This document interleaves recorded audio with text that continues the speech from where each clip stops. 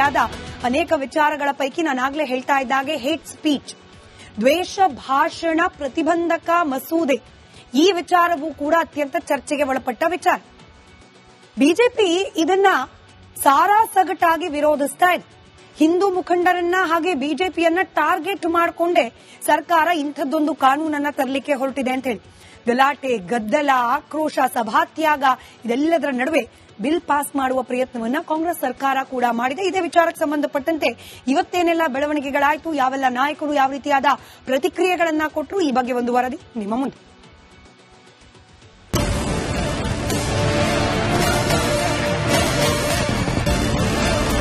ದ್ವೇಷ ಭಾಷಣ ತಡೆಯಲು ತಂದ ದ್ವೇಷ ಭಾಷಣ ಪ್ರತಿಬಂಧಕ ವಿಧೇಯಕ ಅಂಗೀಕಾರಗೊಂಡಿದೆ. ವಿಪಕ್ಷಗಳ ವಿರೋಧ ಹಾಗೂ ಸದನದ ಬಾವಿಯಲ್ಲಿ ಧರಣಿ ನಡುವೆ ಹೆಚ್ಚಿನ ಚರ್ಚೆಗೆ ಅವಕಾಶ ಆಗದಂತೆ ಮಸೂದೆ ಅಂಗೀಕಾರಗೊಂಡಿತ್ತು. ಇದೀಗ ಬಿಜೆಪಿ ನಾಯಕರ ಕಣ್ಣು ಕೆಂಪಾಗಿದೆ. ಎಲ್ಲದಕ್ಕೂ ಸ್ಪೀಕರ್ ಕಾರಣ ಅನ್ನುತ್ತಿದ್ದಾರೆ.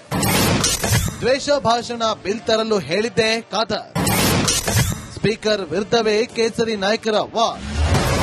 ದ್ವೇಷ ಭಾಷಣ ಬಿಲ್ ತರಲು ಹೇಳಿದ್ದೇ ಸ್ಪೀಕರ್ ಖಾದರ್ ಎಂದು ಬಿಜೆಪಿ ಶಾಸಕ ಹರೀಶ್ ಪುಂಜಾ ಸ್ಫೋಟಕ ಆರೋಪ ಮಾಡಿದ್ದಾರೆ. ಬಿಜೆಪಿ ಹಿಂದೂಗಳಿಗೆ ಶಕ್ತಿ ತುಂಬುವ ಕೆಲಸ ಮಾಡ್ತಾ ಇದೆ, ಇದನ್ನ ಹತ್ತಿಕ್ಕಲು ದ್ವೇಷ ಭಾಷಣ ಮಸೂದೆ ತಂದಿದ್ದಾರೆ ಅಂತ ಕಿಡಿಕಾರಿದ್ದಾರೆ. ದ್ವೇಷ ಭಾಷಣದ ವಿರುದ್ಧ ಒಂದು ಬಿಲ್ ತರಬೇಕು ಅಂತ ಹೇಳಿ ಮೊದಲು ಮನವಿ ಕೊಟ್ಟದ್ದು ಸ್ಪೀಕರ್. ಅವರ ಮನವಿಯ ಮೇರೆಗೆ ಇವತ್ತು ಬಿಲ್ ಅನ್ನು ಸರ್ಕಾರ ತಂದಿರತಕ್ಕಂಥದ್ದು. ಇದನ್ನು ಅತ್ಯಂತ ಶೀಘ್ರವಾಗಿ ಬಿಲ್ ಪಾಸ್ ಮಾಡಿಕೊಡುವಂತ ಜವಾಬ್ದಾರಿ ಸಹ ಸ್ಪೀಕರ್ದೇ ಇತ್ತು.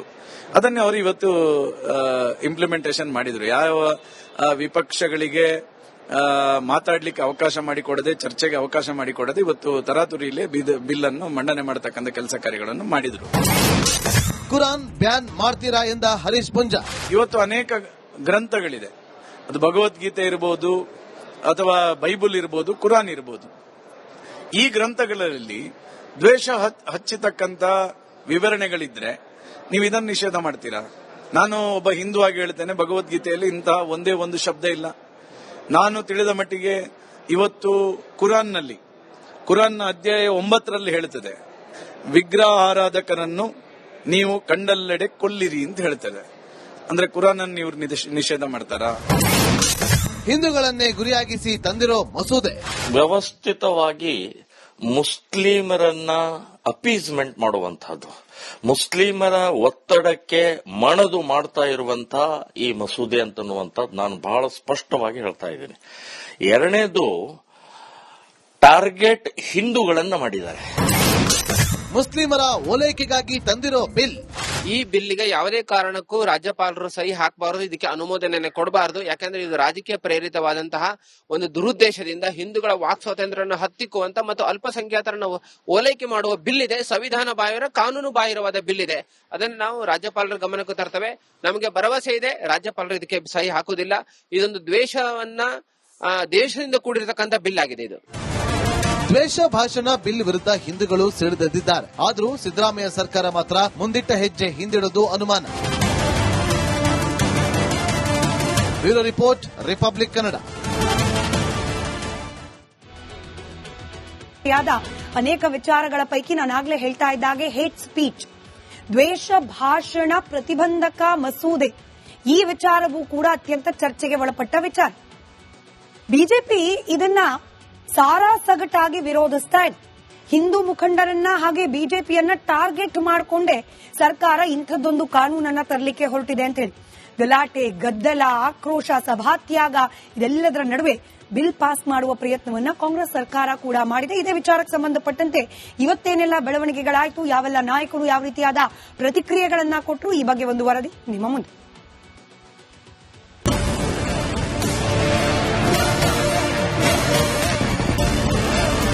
ದ್ವೇಷ ಭಾಷಣ ತಡೆಯಲು ತಂದ ದ್ವೇಷ ಭಾಷಣ ಪ್ರತಿಬಂಧಕ ವಿಧೇಯಕ ಅಂಗೀಕಾರಗೊಂಡಿದೆ. ವಿಪಕ್ಷಗಳ ವಿರೋಧ ಹಾಗೂ ಸದನದ ಬಾವಿಯಲ್ಲಿ ಧರಣಿ ನಡುವೆ ಹೆಚ್ಚಿನ ಚರ್ಚೆಗೆ ಅವಕಾಶ ಆಗದಂತೆ ಮಸೂದೆ ಅಂಗೀಕಾರಗೊಂಡಿತ್ತು. ಇದೀಗ ಬಿಜೆಪಿ ನಾಯಕರ ಕಣ್ಣು ಕೆಂಪಾಗಿದೆ. ಎಲ್ಲದಕ್ಕೂ ಸ್ಪೀಕರ್ ಕಾರಣ ಅನ್ನುತ್ತಿದ್ದಾರೆ.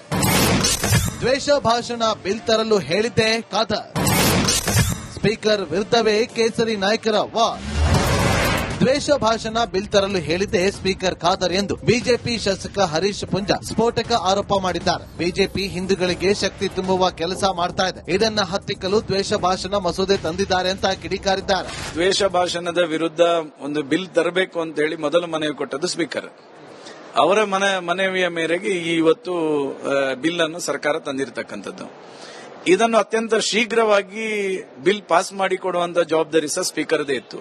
ಅದನ್ನೇ ಅವರು ಇವತ್ತು ಇಂಪ್ಲಿಮೆಂಟೇಷನ್ ಮಾಡಿದ್ರು. ಯಾವ ವಿಪಕ್ಷಗಳಿಗೆ ಮಾತಾಡ್ಲಿಕ್ಕೆ ಅವಕಾಶ ಮಾಡಿಕೊಡದೆ, ಚರ್ಚೆಗೆ ಅವಕಾಶ ಮಾಡಿಕೊಡದೆ ಇವತ್ತು ತರಾತುರಿಯಲ್ಲೇ ಬಿಲ್ ಅನ್ನು ಮಂಡನೆ ಮಾಡತಕ್ಕಂಥ ಕೆಲಸ ಕಾರ್ಯಗಳನ್ನು ಮಾಡಿದ್ರು.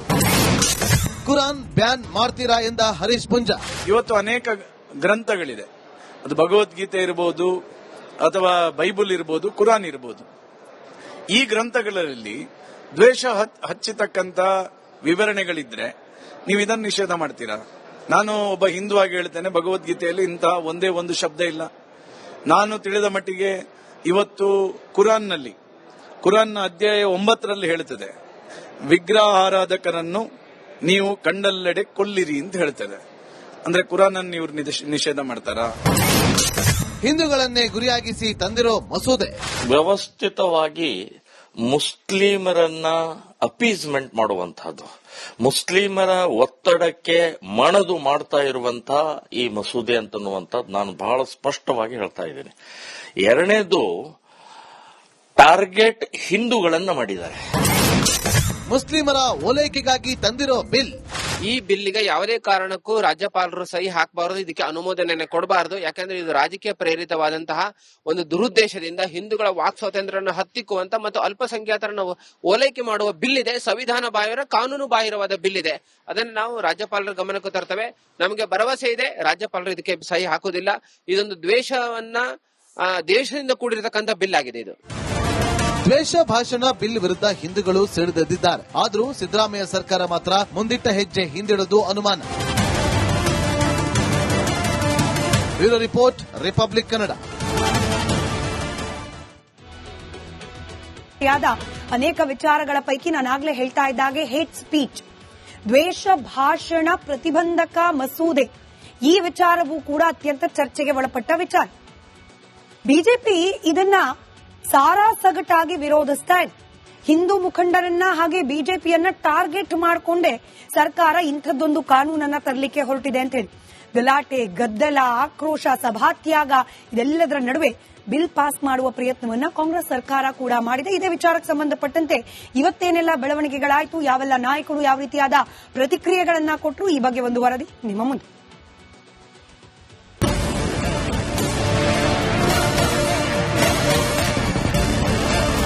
ದ್ವೇಷ ಭಾಷಣ ತಡೆಯಲು ತಂದ ದ್ವೇಷ ಭಾಷಣ ಪ್ರತಿಬಂಧಕ ವಿಧೇಯಕ ಅಂಗೀಕಾರಗೊಂಡಿದೆ. ವಿಪಕ್ಷಗಳ ವಿರೋಧ ಹಾಗೂ ಸದನದ ಬಾವಿಯಲ್ಲಿ ಧರಣಿ ನಡುವೆ ಹೆಚ್ಚಿನ ಚರ್ಚೆಗೆ ಅವಕಾಶ ಆಗದಂತೆ ಮಸೂದೆ ಅಂಗೀಕಾರಗೊಂಡಿತ್ತು. ಇದೀಗ ಬಿಜೆಪಿ ನಾಯಕರ ಕಣ್ಣು ಕೆಂಪಾಗಿದೆ. ಎಲ್ಲದಕ್ಕೂ ಸ್ಪೀಕರ್ ಕಾರಣ ಅನ್ನುತ್ತಿದ್ದಾರೆ. ದ್ವೇಷ ಭಾಷಣ ಬಿಲ್ ತರಲು ಹೇಳಿದ್ದೇ ಖಾದರ್. ಸ್ಪೀಕರ್ ವಿರುದ್ಧವೇ ಕೇಸರಿ ನಾಯಕರ ವಾರ್. ದ್ವೇಷ ಭಾಷಣ ಬಿಲ್ ತರಲು ಹೇಳಿದ್ದೇ ಸ್ಪೀಕರ್ ಖಾದರ್ ಎಂದು ಬಿಜೆಪಿ ಶಾಸಕ ಹರೀಶ್ ಪುಂಜ ಸ್ಫೋಟಕ ಆರೋಪ ಮಾಡಿದ್ದಾರೆ. ಬಿಜೆಪಿ ಹಿಂದೂಗಳಿಗೆ ಶಕ್ತಿ ತುಂಬುವ ಕೆಲಸ ಮಾಡ್ತಾ ಇದೆ, ಇದನ್ನ ಹತ್ತಿಕ್ಕಲು ದ್ವೇಷ ಭಾಷಣ ಮಸೂದೆ ತಂದಿದ್ದಾರೆ ಅಂತ ಕಿಡಿಕಾರಿದ್ದಾರೆ. ದ್ವೇಷ ಭಾಷಣದ ವಿರುದ್ಧ ಒಂದು ಬಿಲ್ ತರಬೇಕು ಅಂತ ಹೇಳಿ ಮೊದಲು ಮನವಿ ಕೊಟ್ಟದ್ದು ಸ್ಪೀಕರ್. ಅವರ ಮನವಿಯ ಮೇರೆಗೆ ಇವತ್ತು ಬಿಲ್ ಅನ್ನು ಸರ್ಕಾರ ತಂದಿರತಕ್ಕಂಥದ್ದು. ಇದನ್ನು ಅತ್ಯಂತ ಶೀಘ್ರವಾಗಿ ಬಿಲ್ ಪಾಸ್ ಮಾಡಿಕೊಡುವಂತ ಜವಾಬ್ದಾರಿ ಸಹ ಸ್ಪೀಕರ್ದೇ ಇತ್ತು. ಅದನ್ನೇ ಅವರು ಇವತ್ತು ಇಂಪ್ಲಿಮೆಂಟೇಷನ್ ಮಾಡಿದ್ರು. ಯಾವ ವಿಪಕ್ಷಗಳಿಗೆ ಮಾತಾಡ್ಲಿಕ್ಕೆ ಅವಕಾಶ ಮಾಡಿಕೊಡದೆ, ಚರ್ಚೆಗೆ ಅವಕಾಶ ಮಾಡಿಕೊಡದೆ ಇವತ್ತು ತರಾತುರಿಯಲ್ಲೇ ಬಿಲ್ ಅನ್ನು ಮಂಡನೆ ಮಾಡತಕ್ಕಂಥ ಕೆಲಸ ಕಾರ್ಯಗಳನ್ನು ಮಾಡಿದ್ರು. ಕುರಾನ್ ಬ್ಯಾನ್ ಮಾಡ್ತೀರಾ ಎಂದ ಹರೀಶ್ ಪುಂಜ. ಇವತ್ತು ಅನೇಕ ಗ್ರಂಥಗಳಿದೆ, ಅದು ಭಗವದ್ಗೀತೆ ಇರಬಹುದು ಅಥವಾ ಬೈಬಲ್ ಇರಬಹುದು, ಕುರಾನ್ ಇರಬಹುದು. ಈ ಗ್ರಂಥಗಳಲ್ಲಿ ದ್ವೇಷ ಹಚ್ಚತಕ್ಕಂತ ವಿವರಣೆಗಳಿದ್ರೆ ನೀವು ಇದನ್ನು ನಿಷೇಧ ಮಾಡ್ತೀರಾ? ನಾನು ಒಬ್ಬ ಹಿಂದೂ ಆಗಿ ಹೇಳ್ತೇನೆ, ಭಗವದ್ಗೀತೆಯಲ್ಲಿ ಇಂತಹ ಒಂದೇ ಒಂದು ಶಬ್ದ ಇಲ್ಲ. ನಾನು ತಿಳಿದ ಮಟ್ಟಿಗೆ ಇವತ್ತು ಕುರಾನ್ನ ಅಧ್ಯಾಯ 9 ಹೇಳುತ್ತದೆ, ವಿಗ್ರಹ ಆರಾಧಕರನ್ನು ನೀವು ಕಂಡಲ್ಲೆಡೆ ಕೊಲ್ಲಿರಿ ಅಂತ ಹೇಳ್ತದೆ. ಅಂದ್ರೆ ಕುರಾನ್ ಅನ್ನು ಇವರು ನಿಷೇಧ ಮಾಡ್ತಾರಾ?